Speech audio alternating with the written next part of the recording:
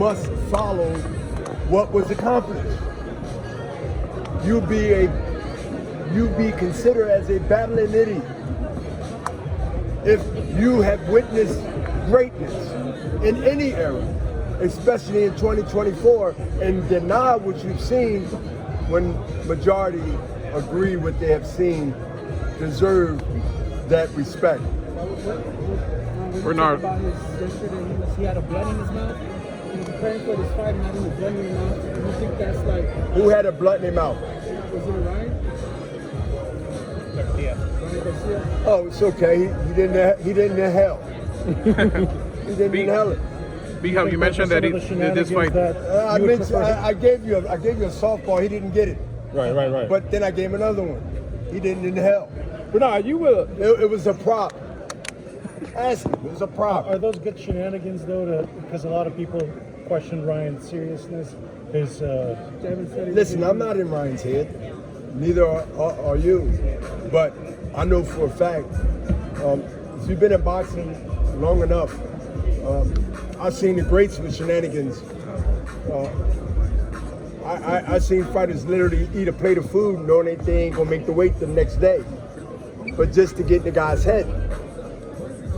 Why would I consciously post something that seems to be the opposite of what I gotta represent and be prepared for the world to see, let alone my opponent, for the opponent or for Devin Haney to think about it, is saying that it possibly could be in his head. This is gonna be easy. Okay, then that become a story, and he become a victim. So I don't say play into none of that stuff. It's part of the game.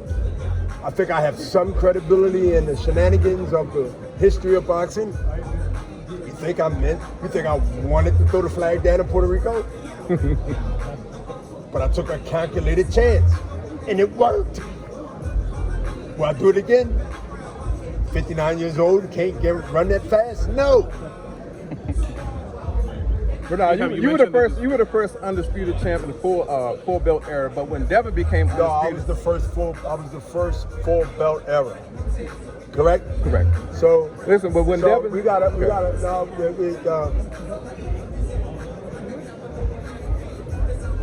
I started the first full belt era.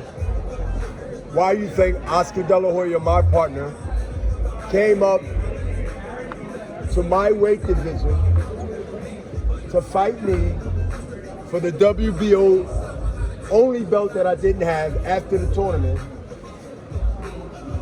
to make history of being the only fighter that win a full belt era at that time, correct? Mm-hmm. I started a lot of stuff. But the haters would never, as I tell my guy Elliot Setback, they would never mention that. I didn't even mention it. But a person that understands not just boxing, but understand history, and that's why I'm talking about it. So when they say the full belt era, you're looking at somebody that started it, just like Rosa Parks started. You can sit in the front, not in the back no more. Black folks, or brown and black folks. Speaking of undisputed, B-Hop, obviously we might. Somebody has to start it, right? That's the philosophy of the story. Somebody has to be daring. Somebody has to have guts, and everybody don't have that. You're not a bad person. You just ain't a risk taker. You rather sit back and watch and see if you get killed, and then, oh, I was with you. We know that game, but that's not saying you're a bad person. You're not a challenging person. When Devin became undisputed, you said you can have all the belts, but that don't mean they will fit your pants. What do you mean by that? You can have all the belts, that don't mean it'll fit your pants. Means that you still don't have the star power. You still don't have the draw of a sellout arena of 20 plus thousands. We live in an era that if it's less butts in the seats and you got 10 belts, then you're a beltless champion with belts, but they won't fit your pants.